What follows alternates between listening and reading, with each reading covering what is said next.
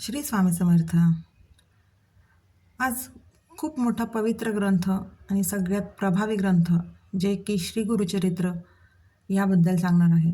सांगण्याचं कारण एक की आज एका लहान मुलीबद्दल फोन आला होता की तिला थोडासा बाहेरचा त्रास आहे. डॉक्टरही करतायत, पण तिला काहीच फरक पडत नाही त्या गोष्टीने. सगळे रिपोर्ट नॉर्मल येत आहेत. अवघं 10 वर्षाचं वय आहे त्या मुलीचं आणि कंटिन्यू मला महाराजांच्या मठात जायचं आहे म्हणते आहे. तिथे गेल्यावर शांत होते, बाहेर आलं की त्रास देते आहे, भयानक त्रास देते आहे. त्याबद्दल त्यांनी विचारलं तर मी त्यांना गुरुचरित्राचं पारायण करायला सांगितलं आहे.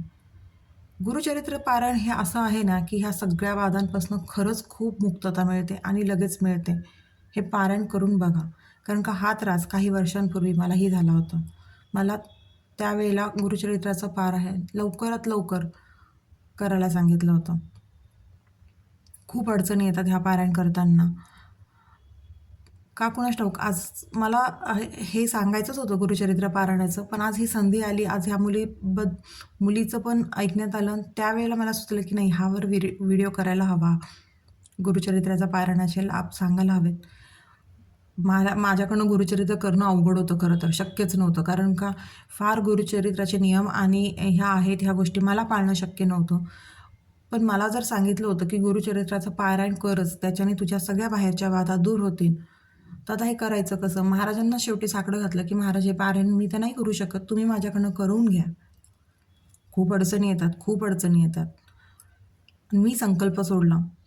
खरं सांगते, मी अक्षरशः 2:30 वाजता पारायणाला बसायचे. रात्री झोपायचे 12 वाजता.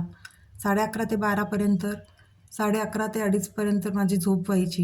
त्याच्यानंतर मी उठायचे, आंघोळ करायचे, पारायणाला बसायचे. कारण का कुठल्याही परिस्थितीत माझं पारायण 5 ते 5:30पर्यंत होणं गरजेचं होतं.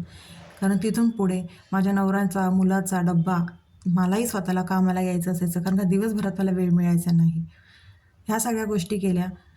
6 दिवसापर्यंत पारायण झालं. त्यात महाराजांनी अनुभव खूप दिलेत बरं का. म्हणजे ज्या आपल्या वाईट शक्ती असतात ना, त्या आपल्यापासून दूर जाताना जाणवतात. ज्या वेळेला त्या दूर जातात ना, त्यावेळेला अत्यंत भीती वाटते. आणि मी अक्षरशः पहाटेची वेळेला बसायचे ना, कुणीही नसायचं. आणि त्यावेळेला मुद्दाम परीक्षा काय बघितली जायची, लाईट जाणं, कुठे काहीतरी आवाज होणं. एवढ्या शांततेत छोटासा जरी आवाज झाला ना, तरी जाणवायचं. पण आपली श्रद्धा कायम ठेवायची आणि त्यावेळेला मागे वळून नाही बघायचं. जरी आपल्याला मागे काही जाणवलं तरी मागे वळून नाही बघायचं. आणि जेव्हा शेवटचा दिवस होता 7वा पारायणाचा, त्या दिवशी मला जागच आली नाही 2:30 वाजता.